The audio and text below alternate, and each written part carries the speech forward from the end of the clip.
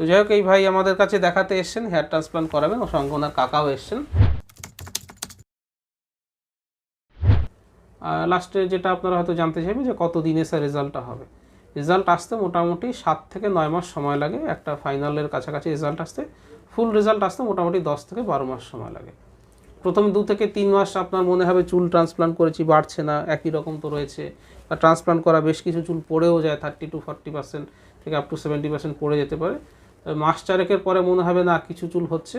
6 মাস পরে একটা রেজাল্ট বোঝা যায় যে হ্যাঁ রেজাল্ট হয়েছে, এবং 8 থেকে 9 মাসে মোটামুটি রেজাল্ট আসে, 12 মাসে ফাইনাল রেজাল্ট আসে। আপনি দাড়ি শেভিং করলেই তো পরের দিন বাড়ে না। বা ধরুন কোনো কারণে কেউ আমাদের আত্মীয়স্বজন মারা গেলে আমরা মাথা ন্যাড়া করে ফেলি, অনেক তাহলে সেই চুলও তো আপনার পরের দিন হরড় করে বাড়বে না, তাই না? তো ফাইনাল রেজাল্ট আসতে মোটামুটি ওরকম 8 থেকে 12 মাস মতো সময় লাগে।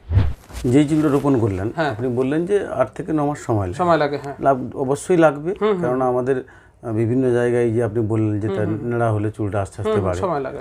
তো একই রকম ভাবে আপনি রোপণ করলেন।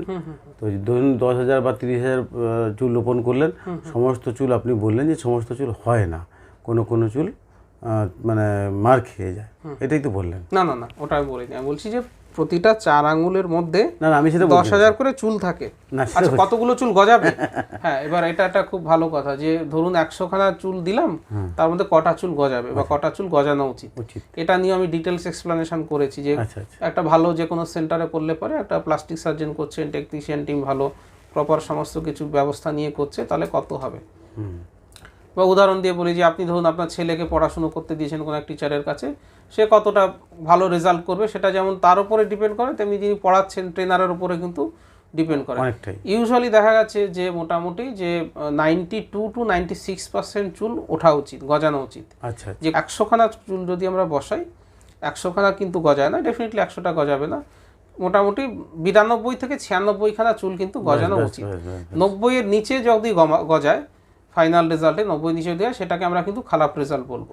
বুঝতে পেরেছেন তো? 90 নিচে হওয়া উচিত না, আমি যেটা অবশ্যই 90 প্লাস কিন্তু হওয়া উচিত। আমি যেটা একদম সত্যতার সহিত জানি আর কি, আমার ভাইপো তো ওই স্মোকিং করেই না, মানে সুপারি মদ কোনো কিছুই না, কোনো নেশাদ্রব্যাদি মোটামুটি চলে না।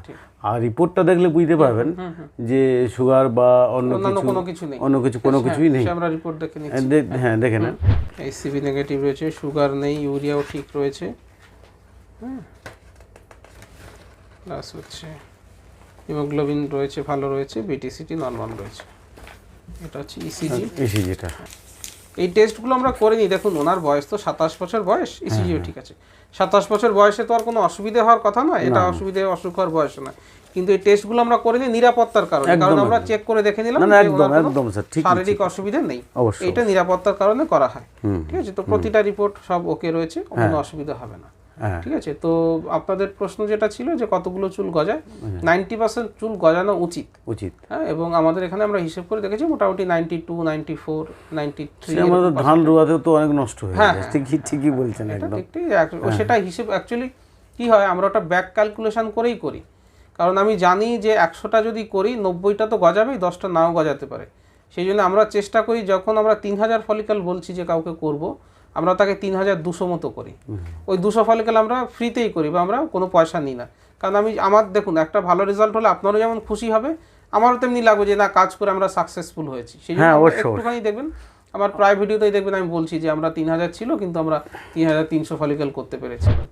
আর যদি মাথার খালি হয়ে গিয়ে থাকে এরিয়া, তাহলে ট্রান্সপ্লান্ট করা যদি আপনি মনস্থ করবেন, তাহলে খালি হয়ে যাওয়া অংশ যেখানে বসাতে হবে এবং যেখানে চুল আছে ডোনার এরিয়া মাথার পেছনে বা দাড়ি, ফটো পাঠিয়ে দিলে আমি দেখে আপনার কতগুলো গ্রাফট লাগবে, কত খরচ হবে, কি প্ল্যানিং, সমস্ত ডিটেলস বলে দেবো। ভিডিওটা ভালো লাগলে লাইক করবেন, শেয়ার করবেন, চ্যানেলটাকে সাবস্ক্রাইব করবেন। ধন্যবাদ। ভিডিওটা দেখার জন্য ধন্যবাদ। নমস্কার।